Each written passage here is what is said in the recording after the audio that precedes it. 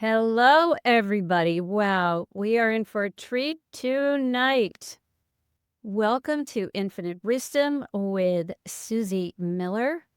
We are here in October 2025, and we have all kinds of things happening around us and on the planet. And it seems that we've got a guest tonight who is really going to help us understand kind of where we are and kinds of, well, you know how we're all very interested in evolution around here. So we're going to be talking about our evolution and also what else is spurring our evolution. So anyway, without further ado, I want to welcome the beautiful, the wonderful Suzy Miller, who I am so thrilled to be talking to tonight. Welcome, Suzy. And your bio and all of that will be in the video.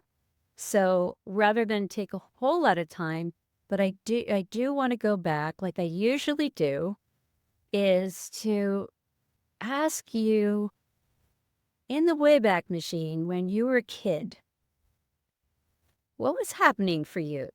Were you foraging around in nature? What were you doing? What was your interest? Um, that's a really interesting question. Nobody's ever really asked me that.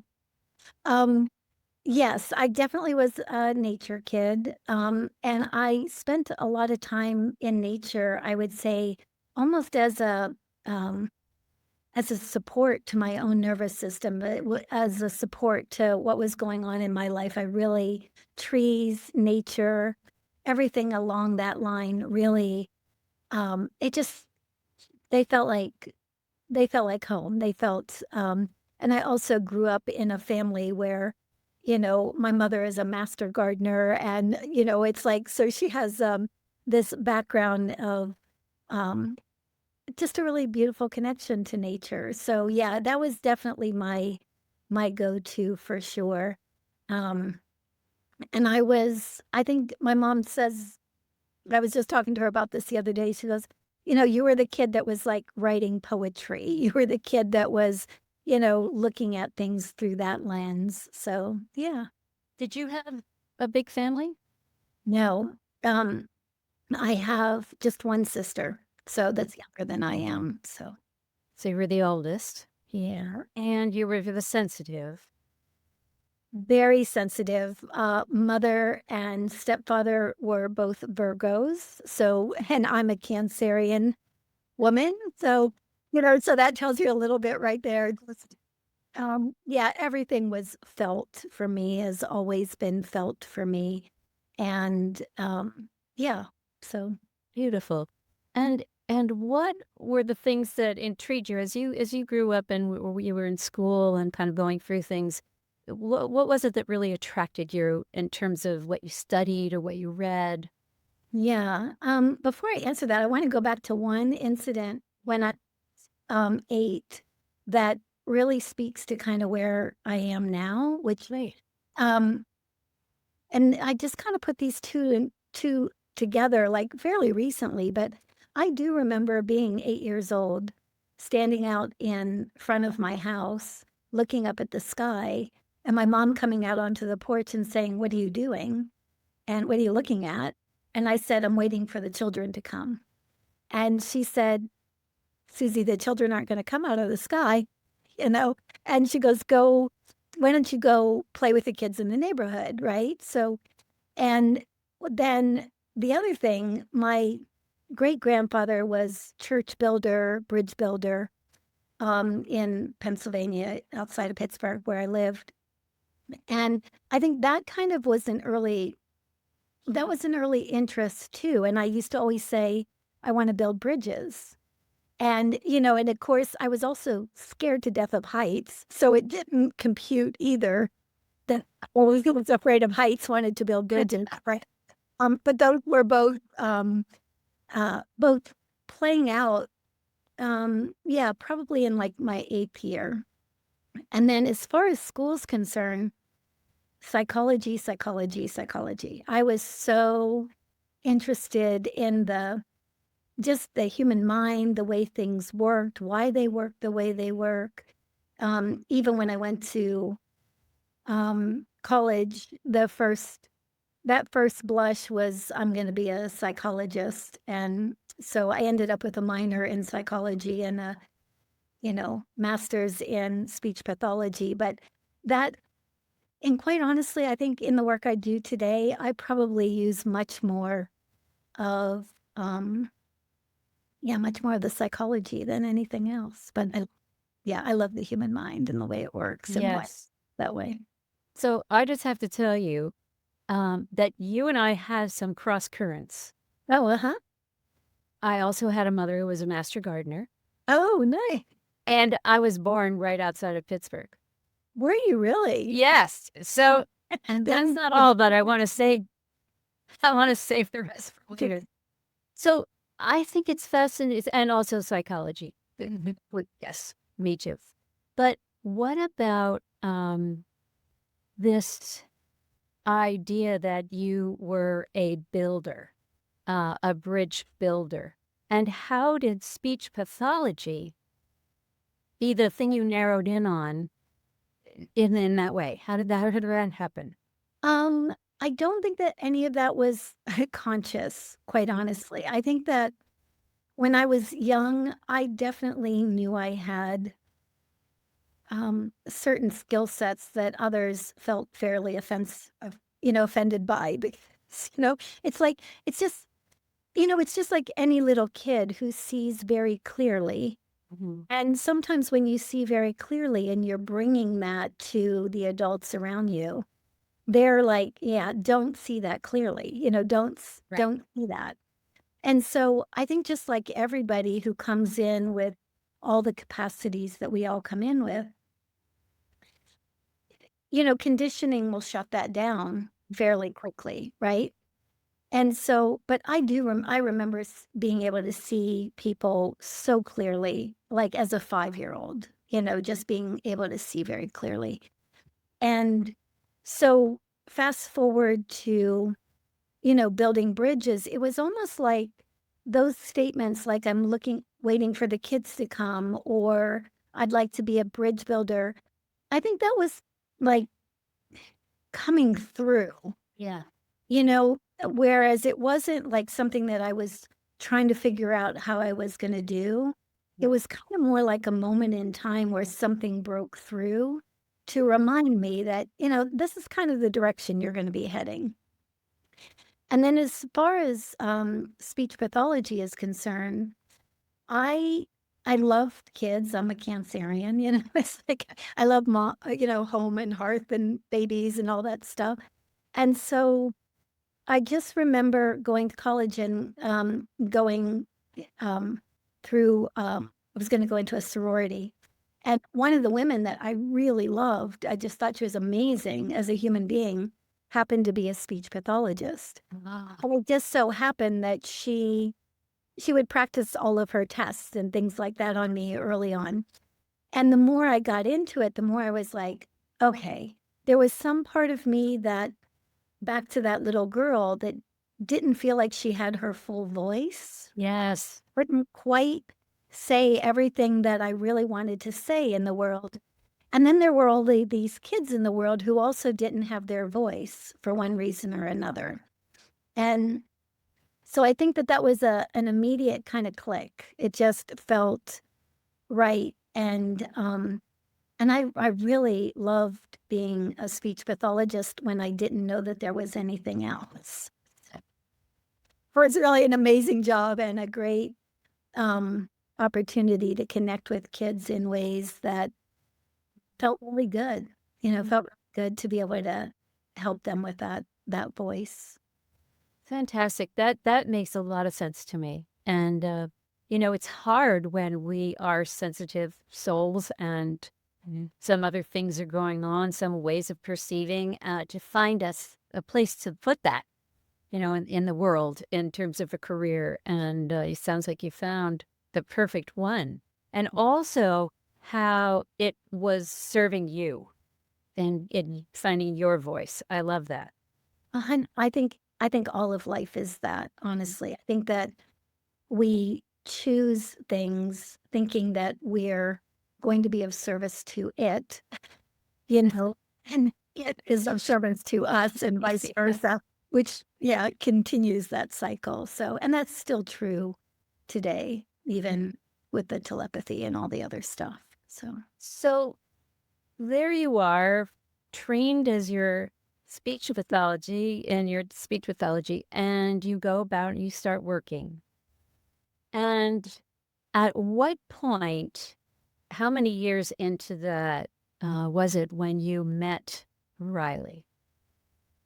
Well, I graduated with my master's degree in 1986, and I met Riley in 99. Okay. So I had, and in between 86 and 99, I had gotten married. I had 4 children. I had, I had been in and out of, working in schools, working in clinics. And when I met Riley in 99, I was in my own private practice. Okay. So this is another parallel. My firstborn is a boy named Riley. Oh, I love that. And fine at birth and then developed some issues. Yeah. And it sent me along the path to unearth those things and figure it out. He was born in 92. And this was before, just as things were starting to flower in terms of, I don't want to get too, detailed here, but in terms of certain traits showing up in an abundance of children for the first time. And I don't know how to say it, but that's the best way I could say it. So I really, what's that? The floodgates had opened and these Floodgates. coming in mass. Yeah. And like many of these children, very intelligent, and he was always verbal. So that wasn't the issue. There were other things. But I knew something was awry. And anyway, eventually it led me into becoming a neurofeedback practitioner when he was 8. Yeah. And that took me into the brain and this and that. That's only to say that I have an affinity. And then I ended up having clients who had issues like him and other issues as well. So this whole world is fascinating to me and something that I felt very passionate about and helping with just neurofeedback. And so I'm going to stop there just to give us shared ground here. And now please tell everybody the beautiful story of meeting Riley. You're Riley. Meeting Riley. Full-time private practice in the state of Maine, and people from different services in the state would send me clients, basically. And so I received Riley as a client. I was to go and meet him at his daycare center, and which I did. And when I entered the daycare center, he's walking back and forth in the daycare center, 4 years old, big brown eyes, little bowl haircut. He was so cute. And he was saying, it's the millennium, it's 1999.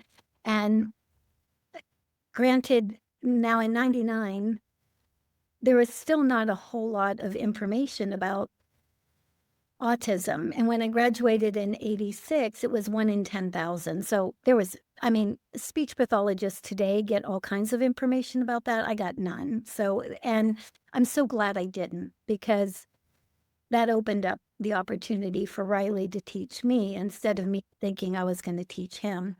But basically, when I saw him, I thought, he's a weird little kid. I don't even know what I'm looking at here. I don't know what this is. And he walked right up to me, made direct eye contact with me, and he said, "Master." And when he said "master," something happened in my body. Like literally, there was some kind of cascade of energy or some reorganization in my body. And I remember just thinking, who's the master here? Like, who can make somebody's body do that? I was a little confused. And so I was taking him to the back of the daycare center, shut the door, we're in this room. There's all these little cots where the kids are going to sleep later in the day, and they're all piled up. And so we just had this wide open room, except for these cots over in the center. And he's walking back and forth, still saying it's the millennium, it's 1999. And as he was doing that, and I'm sitting against the door, all of a sudden I just looked at him, and there was an exact replica of him, his little boy body, but up into the right of him. And it was a body of light. I had never seen anything like that. I didn't know what it was. I kept, rubbing my eyes, trying to get it to go away, thinking I was losing it. All the things that go through your head. It's like, and, but anyway, so I couldn't get it to go away. It stays. And then in my head, I say, what the heck is going on? Like, what am I seeing? And I hear clear as day this little boy's voice. And he says, that's my light body. You're here to help me put my light body back with my physical body. And when he said it, in that moment, I knew that that's what we were going to do. I had no idea how. I had no idea why he thought I could do that. But he had also just called me master. And so all these things are going through my head. And I don't even know what we did, honestly, for the rest of that first session, because I just remember getting in my car afterwards and sitting there in the driveway for a minute and thinking, I don't know what just happened, but something major has happened. Like my life just changed, kind of thing. And he basically took me through a year-long process where he was coming to me telepathically. He was bilocating. I was opening up to my team or my guides and the aspects of myself that were going to help me through this year. And it just happened really, really fast. I mean, really fast, to the point that my ex-husband's heart, he literally was like, what's happening? You are an IBM wife, pediatric speech language pathologist, and now you're talking about light bodies and that there's a little kid sitting at the end of your bed because he just bilocated in.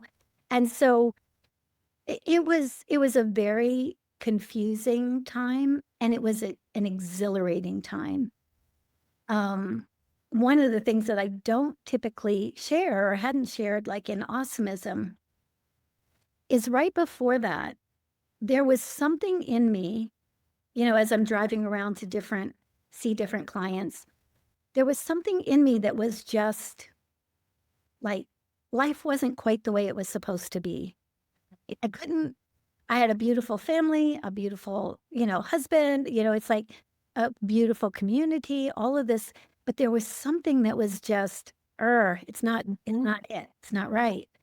And I started writing my confusion, like in between clients, I'm waiting for 30 minutes or something before I can go to the next one. I just had this yellow pad of paper, and it feels like this, and I don't know what it is, but I know there's something more. And I just was trying to get it out of me. And then it's only in retrospect now, I kind of go, oh, like literally almost like writing him into being. But I had no idea that that's what was going to emerge, obviously. So, yeah, quite a ride. So, this is another shared thing, and these sudden arrivals of another dimension of life. Right. So I'm curious. I remember having a conversation with my husband, saying very similar. Like, where are we going with this? This is this is a deep end. Yeah, it's like from what? Yeah, from that old vantage point, it's like that's weird. Yeah. And like what are you going to stop it anytime soon? Perfect. And when you figure out that you can't, that's when it jumps in word into like, oh, I'm sorry, I just can't.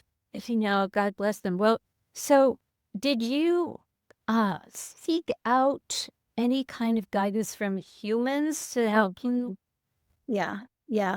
When So one of the very first, the universe knows exactly what to do. If you're going to have an upheaval like that, there's got to be players in place that are going to Yes. support that process, or the whole thing's going to cave. It's not going to come to fruition. So there was a woman that first I had a friend who was in the Barbara Brennan School of Light. And so I remember when I very first was going through this with Riley, that was Anne. I would go to her and I'd say, Anne, this kid showed me this, or this is what's happening.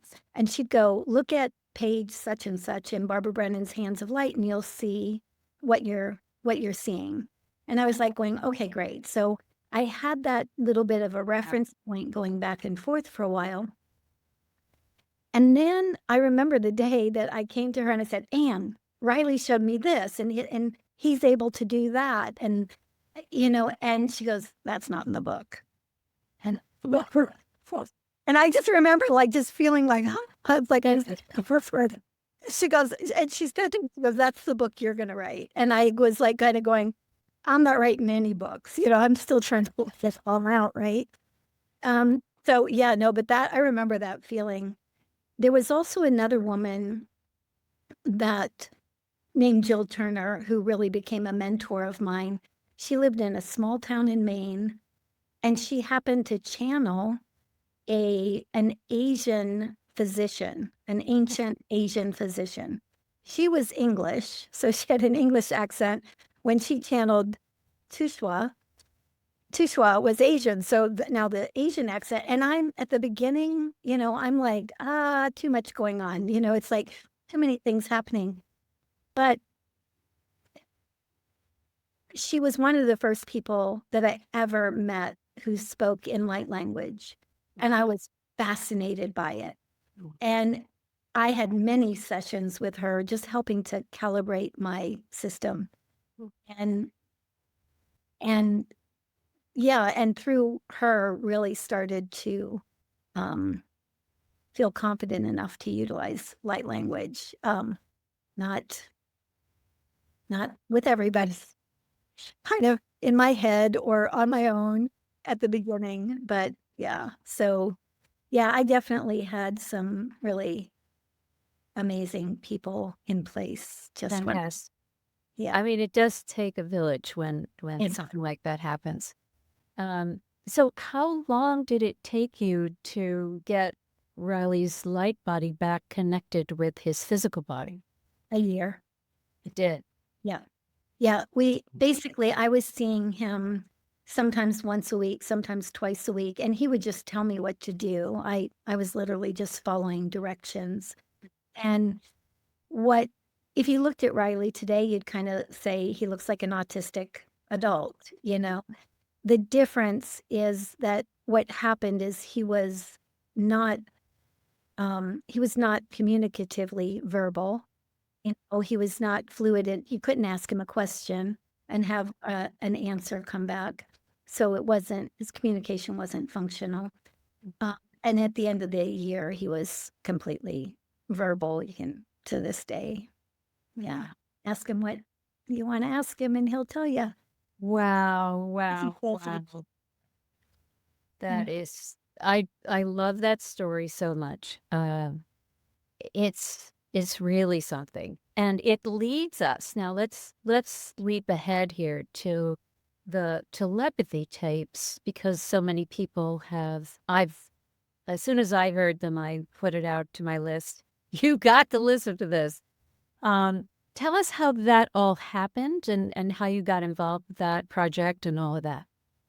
I met Kai actually before the telepathy tapes, the podcast went out, and I met her. She had reached out because, yeah, she was interested in this conversation and she had heard my name mentioned within it. So she reached out and we had dinner and we had a conversation at one point about, is she going to finish this film? What is she going to do? And at the time there were some challenges going on with trying to get the film that she had already created out and about, like different streaming services and things like that were just they were interested, but they wanted to tweak it or they wanted to change it. And Kai's very good at holding her own around that kind of thing. So she decided to put it out as a podcast. And so at the very beginning of that dynamic, I was just supporting, in the background and part of that kind of original team that was kind of getting things moving. And yeah, and then she, wanted to do an interview and then another one for the top tracks. And so that all kind of moved in that direction. And then at one point, there was a really deep discussion about going into, creating centers together and things like that. That would come out of this at some point. And so we had a lot of conversations about that with investors and things like that. And somewhere along the line, it's just it's like, our paths, she was doing what she was doing brilliantly. And I kind of wanted to go and do what I was going to do next. So she's amazing. It's like, I love what she's been putting out there. It's opening the world up to Such a gift. what's really, it has always been there, but people are now ready for it, that's the exciting part to me. I agree. I think, well, let's just, for those who haven't yet heard the telepathy tapes, please don't walk, but run to put them in your ears and listen. I binged the thing over, I don't even know. It was like no time at all. I just, I couldn't get enough. I had been introduced to the concept of spellers. I saw the film and I'd been watching the progress with all of that. So this is for nonverbal autistic people. They, what happened was they would start to, they learned how to spell on these special boards. And then what started to happen, and this is what's covered in the telepathy tapes, is that, I mean, these kids who, it was thought that they didn't even know how to read. And all of a sudden they're spelling out complete sentences with large vocabularies. And it goes on into multiple languages. And it just, And really cosmic kind of like, philosophy and science and and then their own abilities to read minds and to feel other people's emotions and to it's beautiful. I do remember the first day, the very first telepathy tapes podcast came out, and I called Kai and I was bawling my eyes out. I was just crying, and I said, I have been doing this for, close to a few decades now. I didn't even know I was waiting for this to open up in this way. Like, I didn't know that there was something validating about it, even after all those years when you just kind of continue to do what you're doing. But I was like, I didn't even know I needed that kind of feedback, but it was brilliant. it Yeah. must have been so affirming for you. Yeah, for sure. You're just chopping wood and carrying water, doing what you can do. And then all of a sudden, boom.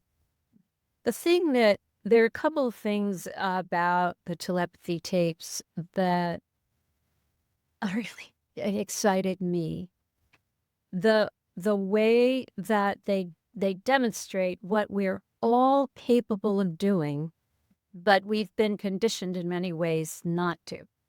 And that is to tap into the field, and that the field is available when somebody is missing one of their senses in a way, or hampered by not being able to use one of their senses, as these nonverbal so-called kids are. They're very verbal actually, but non-speaking. It's that it, as with any sense, like if you're blind, your hearing's going to get better, and if you're deaf, your sight might get better, and so on. So their capacity to sense the environment, sense what we can't see, is profound. And they're really, I mean, what just really gets me is that in a very short amount of time, really only 30-ish years, we've gone from going, what's wrong with these group of kids, to they're leading the way. 100%. They're opening the window to what our next evolutionary step is. Yes, they are. And this is one of the things that Riley, way back in the day, was saying. It's like, again, you've got, he would say, you called us, you called these kinds of kids into the human experience. You were looking for somebody, you were looking for souls that you might say might had more of a field of oneness, or were coming from love, or coming from, and we're not going to abdicate that for anything. So it's almost like, you watch these kids, they're, we can say they look like they're up and out, or they look like they're not here. Well, it's true. They're not here in this field of separation that we all live in. They're holding a field of oneness. And when we're ready to connect, and more of us are getting more and more ready all the time, when we're ready to step into that ourselves, then all of a sudden I've seen kids go from non-speakers to spellers, and spellers to speakers, like, just by having people really understand this, just by having, and I'm not saying it's easy, but having people really start to drop this idea that that person over there that looks like they're a little discombobulated, that they're broken. Right. And it's like, and the kids would always say, you see us with what you see. I mean, you see us through the eyes of what you actually are, right? And so, or what's imprinted within you. And so, we're looking very often at these kids. It's like, oh, you don't quite function very well, or you look like you're a little bit broken, or something needs to be fixed. And they just keep going, okay, let's go back and love those parts of ourselves that we think need to be fixed. And all of a sudden you look at them and you see brilliance, you see capacity, you see wisdom, on the ages. Yeah. The more we see that, the more they kind of go, I'll show you a little bit more. I'll tell you a little bit more. Well, I think the metaphor of a bridge, we're back to that. That's that darn bridge. You didn't know that the bridge would be them. Yes. Yeah.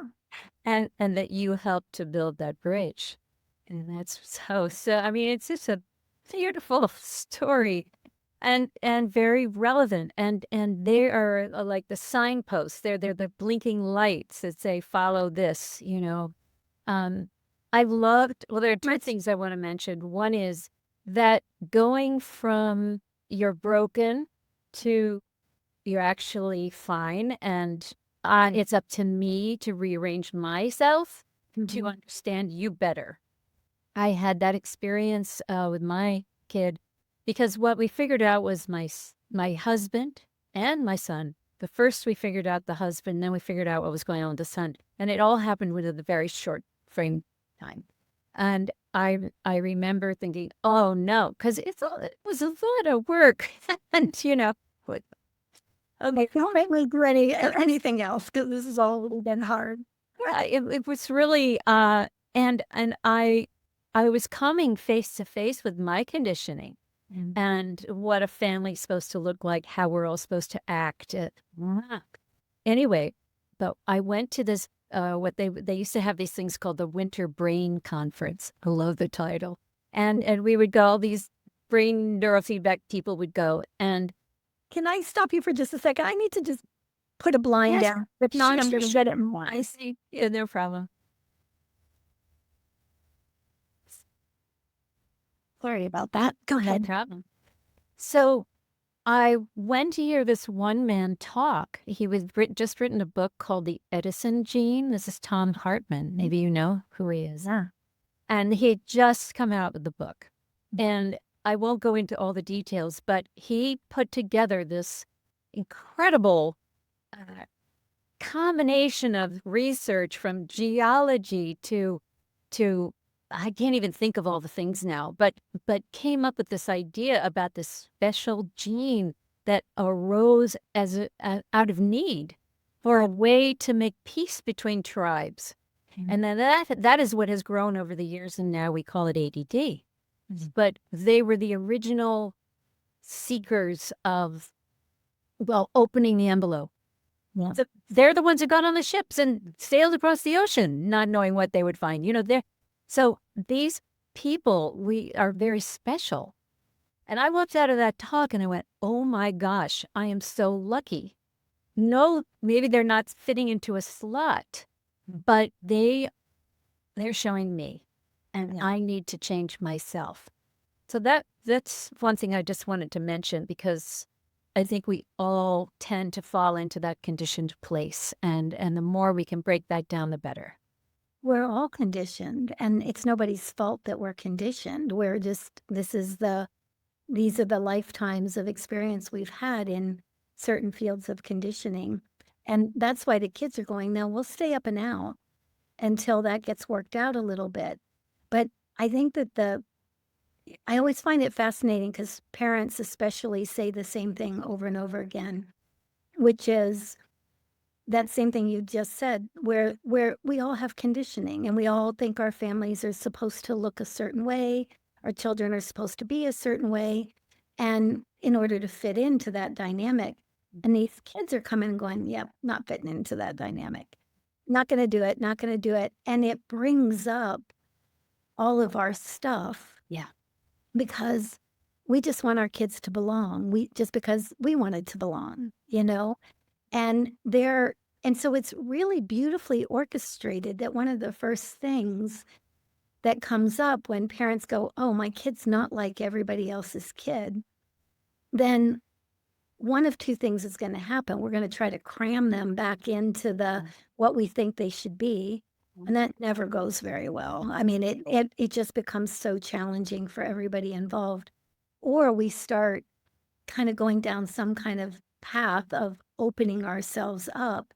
And as we open ourselves up to what these kids have to teach us, all of a sudden it's like we're on some kind of journey that probably we never would have taken if they hadn't come into our lives. Yeah. We would have just done the status quo. So I think the universe knows what it's doing. It's like it organizes all these pieces so absolutely. And in the same way, I think we kind of choose our parents, and we also, they chose us. Yeah. And I can't tell you how many days he chose me. He chose me. He chose me. Yeah. Because I wish somebody didn't think I was so capable. Was part exactly. Yeah. Why did he choose me? But I will say that he is my number one teacher, and I'm so grateful for what I've learned as a result of him being in my life. And I wanted to mention something you had said in another interview that I heard that I think is so helpful for everybody to hear. Excuse me. And you kind of referred to it, but I want to get specific. You talked about when the kids are sort of dangling up here until people work their stuff out here. And what you referred to at another point in time is this authenticity. Yeah.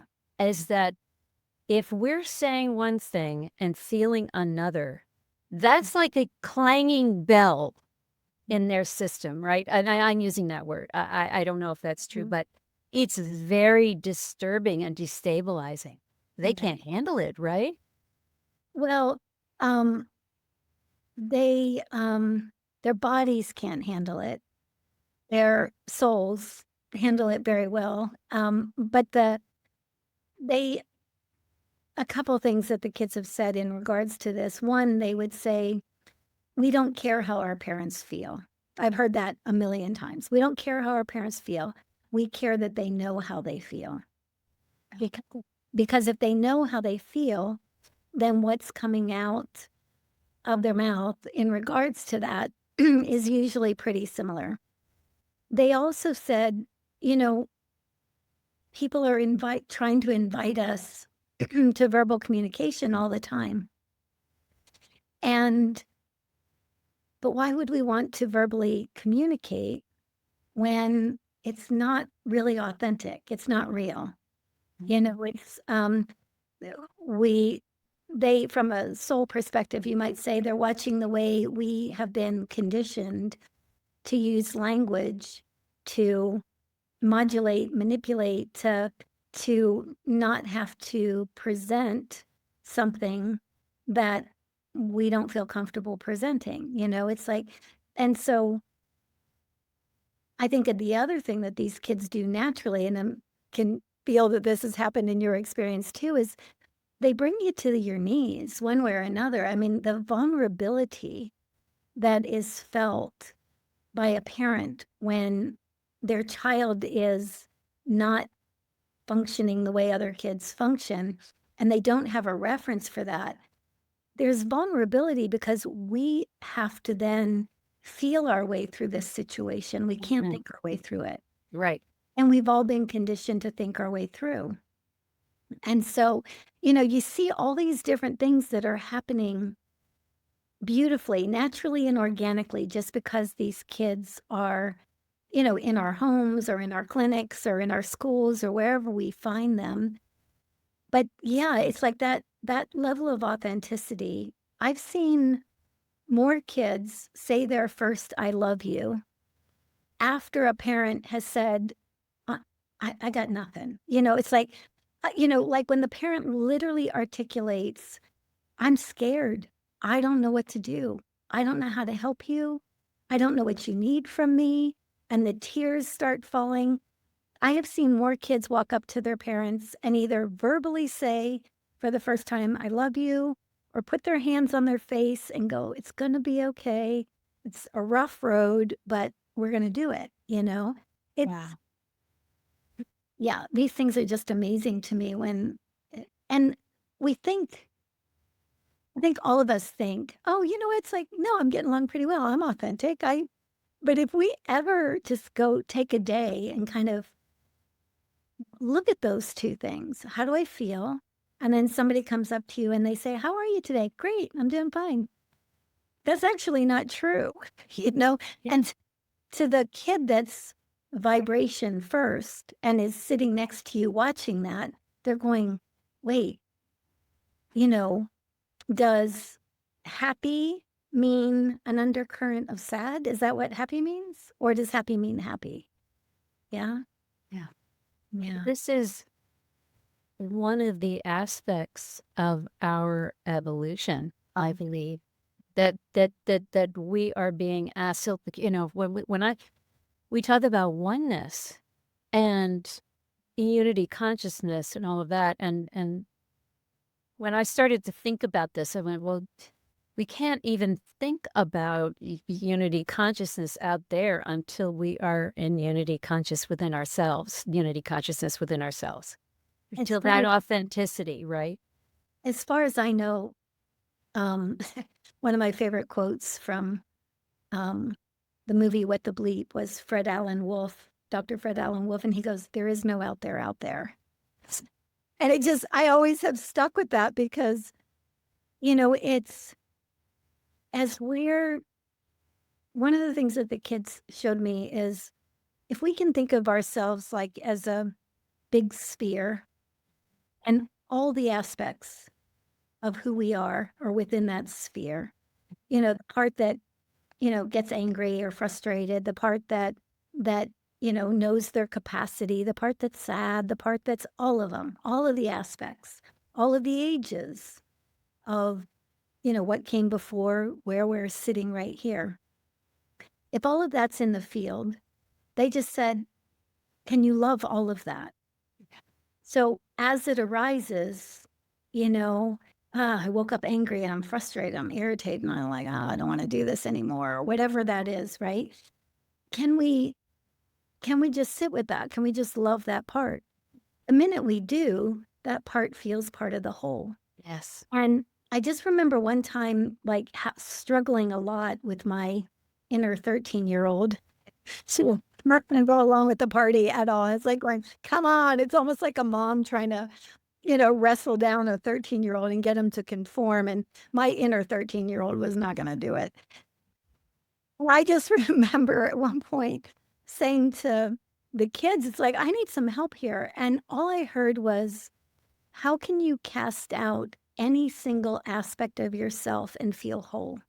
Whole means whole, means all of it. And they would just say, "We don't have to theorize about oneness or wholeness, but if we just take one opportunity after another to love those parts of ourselves that haven't been included or haven't been loved, then all of a sudden our outer landscape starts revealing back to us more oneness. We have more experiences that we can't explain in a linear way, and within the field of oneness. And to me, that was a very practical, like, oh, that I can do. Oneness as a concept, what does that even mean, right? Is where I kept going with it. But then when you do moment by moment, oh, I'm invited to love this part of myself. And oh, that part's really hard to love, but we're going to decide. It's like those parts, Yeah. even that intent starts to bring about a little bit of a different reality for people.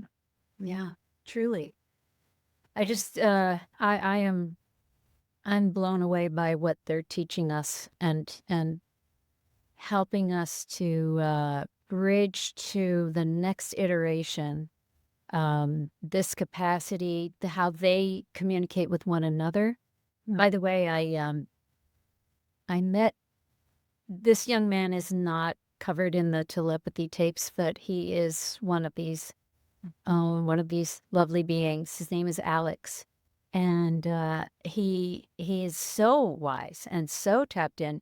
And there is a quality that I've heard described with others who are like him, where you feel like you're sitting with the Buddha. I mean, there Oh, is well, a presence, right? And that even the vibration of being with him, or I have only been with him and not the others, but wow, it's quite something. it's, I mean, I think if you're like when you're sitting in front of, if we could imagine sitting in front of a master or a Buddha or a Christ I mean, there's a little bit of reorganization that happens just by sitting in their presence. Mm. I have a little boy I just met, probably within the last month or so, and he's 6 years old. And the information that he's sending right now through his mother, I'm like, I mean, he is the Buddha sitting in the cave, Wow. and he owns it, and because she knows this about her son, she was saying that she's been preparing for lifetimes to have this child. And he is absolutely the Buddha in the cave. And yeah, so yeah. Wow. Wow. And you get to be with him. I get to be in his orbit. Yeah. Yeah. Speaking of orbits, Yes. okay, let's talk about what's happening Speak. out in the out in space. Well, you said there was going to be a nice segue into it. It wasn't. I took my cue. Yeah. Because, you know, speaking of oneness, all things are happening at the same time for us to also glean some meaning from. And then what we're talking about here is three-eye atlas, this anomaly, this item floating through space, changing speed and changing direction and doing all kinds of things. So you were saying earlier that you've tapped into this, and I'd love for you to share what you've been finding. Yeah, I initially tapped in because different clients or people in groups that I was working with, they were saying that energy feels like love. That energy feels more akin to this field of oneness that we've been looking for all this time, and what is it doing? Is like that was the so I started to check in on it, and I had heard, in the background, it's coming to blow us up and all this other stuff. I was going, that I know that's not the case. But when I was checking in with it, it what it what it originally showed me is that it was moving through our solar system. We had called for it a long time ago, like a long, long, long time ago. It's almost like you're going to need this at a certain time in history. And Siddharth, this little boy that the Buddha, he was saying, he goes, it's like a humanitarian airdrop, so to speak. And so as I was watching it come through and I was watching it pass by Jupiter or whatever planets it was coming close to, it looked like it was reorganizing our relationship to these planets, like whatever they meant or whatever they, and then this whole thing about it kind of being behind the sun, and then taking off, through the rest of the solar system on its trajectory out. And it was like it was reconfiguring things as it moved through the solar system. And the information that the sun was picking up, we know that sun, emits all kinds of solar flares, and that impacts our DNA and it impacts all kinds of things. But there was something about 3i Atlas that was altering the way that information can get into our DNA. Oh. So I'm preparing for an 11/11 session around 3i Atlas. And so I was sitting with it this morning, and it was saying that for the kids, the reason the kids are interested in this is because the airdrop, if you will, or the information that starts really altering at an accelerated rate our DNA and our nervous systems, our ability to receive more light, that's happening.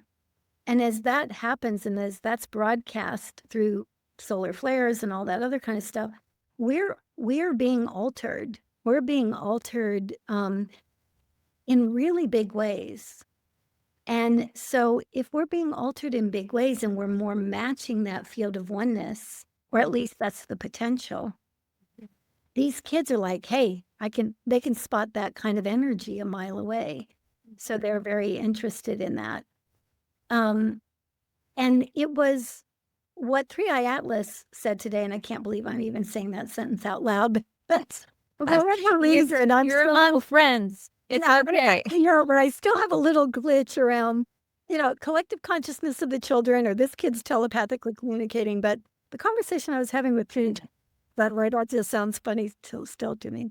But anyway, what it was sharing was that this is the flip from separation consciousness into oneness. This is the flip from division into love, or the kid's definition for love is that which unifies. So that's that which brings back together. So we called it a long time ago. We knew we were going to need it at this particular time. It's coming in on cue. And it felt like it was so purposeful. Like, why now? Like, yeah, on cue. And what makes me wonder, and I don't know if this is true yet, but this is just what goes through my head on any given day. We had all these kids all of a sudden, come in, and we can talk about vaccines and all that other stuff and that part of the equation. But let's just say all these souls came in on the harmonic convergence in 1987. That was the portal that opened things up. And then here we come. They come, and then they're more and more and more, and now we're 1 in 28 or whatever it is. I'm wondering, is 3i Atlas is passing through, doing its thing, reconfiguring things the way. Are we going to start waking up in the same manner? Like this is kind of a cosmic portal or a cosmic opening as well. And then, those of us are already, awake to a certain degree, right? But And there's always been autistic individuals too. There have been people that came long before. But my curiosity now is like, okay, if this is resetting us, to all of a sudden, this group opens up and then another group opens up and another group opens up. And what Three Eye Atlas was saying is like, whether it takes a day to make the shift or a year or a decade or 100 decades, it doesn't matter, because what has been set in motion has been set in motion. And now it's just playing out, just like the kids coming in was set in motion and then it was going to play out. Yeah. So I don't know. Sorry. I have more questions than I have answers.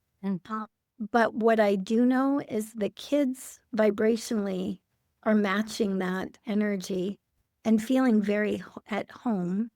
And I'm assuming also, wherever it's traveled from, this information is cosmic information. It's galactic information. It's been traveling through space for eons of time. And it's just airdropping, you might say, what it can as it moves through. But I don't think we'll ever be the same, because I think you're at that point. I agree with you. I was listening to a little piece about it where they were saying that from what they can tell about its makeup is that it's older than it's so old, it's so ancient that our son might not have even been born yet. I mean, it's whatever it came from has already died off, and it's like this remnant. And I remember 2001 Space Odyssey? Yes. I keep thinking of the black tablet, and that it's going to come around just when some kind of triggering, switch to flip things. So and some kind of readiness. And I think the kids, I agree with you. I think the kids, and when I heard the telepathy tapes, I thought this is the step. This is the opening, because so many people are going to hear this and realize what is possible. And I think like the universe knows what it's doing, right? As we said, it's like, so that telepathy tapes has to go out to the masses. Yeah. Right? So that there's an openness, a preparation and openness for something to fly through our solar system and start dropping new codes or dropping new information that's going to I just keep feeling like the telepathy tapes was like, okay, everybody flower, everybody open. Yeah. And whatever Three Eye Atlas is doing now, it's like the rain coming down and nourishing and opening, and, the sun, supporting that blooming. And I think we're on track.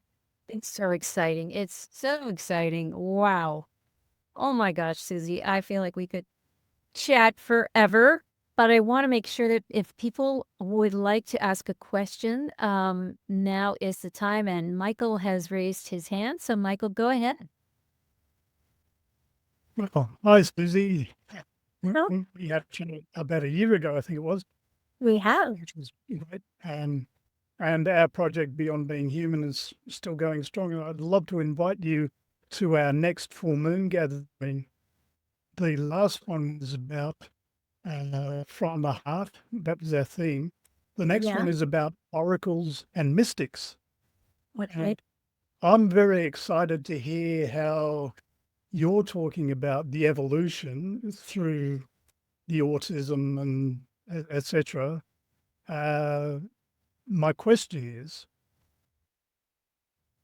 I'm sure you've got stories about the mysticism of these kids and people and all of that. Would you care to share, please? Yeah, well, the mystical experiences, I can put it into that hat, so to speak. The mystical experiences that these kids can offer us are mind-boggling, really. And I mean, I can share one if that's what you would like me to do, but what I want to say here is This is what I mean. It's like the more that we open, the more that we realize that not only are they more than just the human, shell or the human experience, but so are we. And the more we're open to that because they're in our space, the more they give us these kinds of experiences that, we just can't explain. So, um, I'll give you one or two, but let me start with one here. There was a young woman that, she's a non-speaker and speller, and she used to come just so I could help kind of energetically kind of support. And one time she called me during COVID, her mother did, and said, just call her G. G said, I'd like you to help me with my energy field because I'm having a really hard time doing what I do, out in the ethers. And what she did in the ethers was she was a support to children who were being abused or who were having a really hard time. And during COVID, that got really loud. Yes. So I always thought of her maybe you're like an angelic presence, that is there to support when kids are having challenges. And so we did the energy sessions. She said, don't tell me not to do what I'm going to do. Just help me do it. And I was like, okay. So we were going through this energy session and we were reorganizing some things dimensionally for her. And as we're reorganizing things for her, I said, Gee, this is really interesting to me because you don't have your physical voice in the world. But whatever you're reorganizing energetically, it's like you're going to be the impetus in a kiddo to stand up for themselves or to say something or to, just make something happen in a moment. And G was 16 years old at the time I was having this conversation with her. And I said, I just find it interesting. You don't have your physical voice, but you're going to give voice to these kids. And I said, you know what? It's like this. When I was 16, I was in a position where somebody was like, not being very nice to me. And I stood up and I pointed it in his chest. And I said, you have no idea who you're talking to. And I ran upstairs and I fell down on my bed and that's all I could do. And as I said that, I thought to myself, wait a minute. It's just like that. Gee, that's what you do for people. And then I thought, gee, was that you? She was 16 at that moment. I said, was that you? And she starts plucking out on the board, and of course her mother has to read it. And what she says back was, she said, Suzy, I have known that my soul has been in support of children for eons of time, whether I'm in a body or out of a body. I have always known that this is what I do. And I was grateful to be of help to you. Oh my goodness. I was just, oh my goodness, tears. And I'm sitting there thinking, she's 16. If she wasn't there to help me when I was 16, I probably wouldn't be helping her now. And she wouldn't go on to support all the people that she was going to support in the future. And I was like kind of going, and what's weird about this too is Michael is like literally for a month before that, I kept hearing the phrase, the timeless nature of being.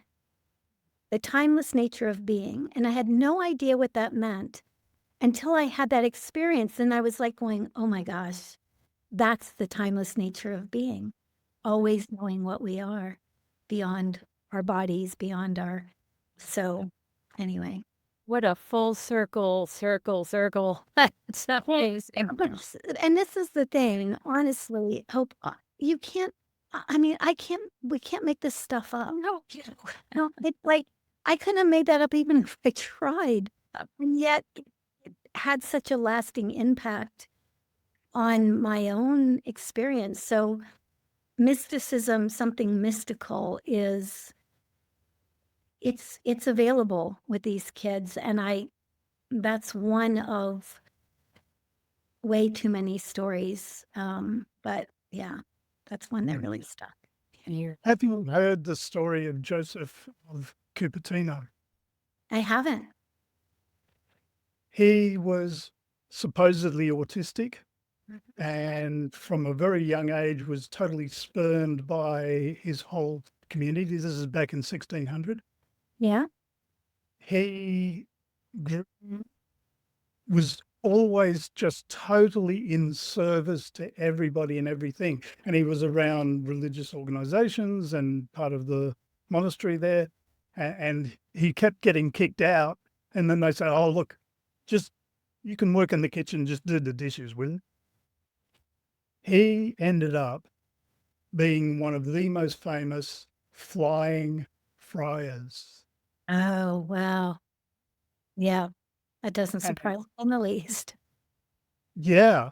And I mean, that's sort of where I'm going in Beyond Being Human. It's like, well, what are we capable of, Yeah.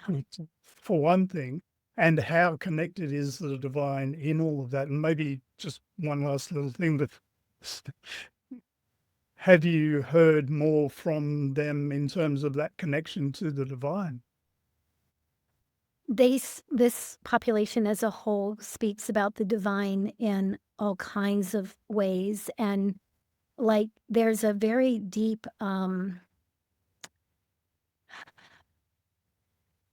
I'll say there's a very deep philosophical energy around them. And what I'll say is what I've noticed is like different children are born into different families who have different religious orientations, right? And what I notice is no matter who that child is and what orientation they've come into, they will use that orientation to prove the mysticism, if you will, of that orientation. And it just fascinates me to they don't so how do I want to they don't so much talk about it. They can, but they don't so much talk about it as they demonstrate it. Just like I was saying with G, it's like you want to know what what it's like to be beyond time and space. Okay, here it is. Here's the experience you're going to have so that I'm not just telling you a story about it, but you are going to get that in your bones. Like that. This is what I've noticed with them more than not that they can't communicate about it, and some do, but my experience has been you want to learn this, you're going to get it in your bones. And so, yeah. Beautiful, beautiful. Thank you, Michael. Great questions. Yeah. And by the way, before we need to touch on your book to make sure that people know about it and go and order it up. So can you talk just a minute about that? Yeah. So, Awesomism, a new way to understand the diagnosis of autism, is that came out in 2008. And that's really Riley's story and everything that he taught me. And I'm currently in the process of working on a new one, which is really some version. It's going to be called The Invitation to One. And it really is about the invitation that these children offer us and what happens when we take it. What happens when we take it. Fantastic. I love the awesomism. That is such a perfect reframe. Fantastic. Let me see if anybody else has a question of our wonderful guest here. I wonder if there are, kind of want to put this on gallery just for a minute and see if you would give us a raise of hands to show us who might have somebody who is labeled autistic in your life in some capacity. Just raise your hand up. Look at all these. Look at all these. Wow. It's awesome. Wow. Wow. So I hope that you are going away after this conversation feeling heartened, kind of excited about it. Linda, did you want to ask a question? Oh, your hand. Oh, you were raising your hand to say, yeah, you got somebody. Okay. Well, if there aren't any questions, I hate to say goodbye to Suzy, but it might be time. And my puppy's saying it's time. Oh, your puppy, your adorable puppy.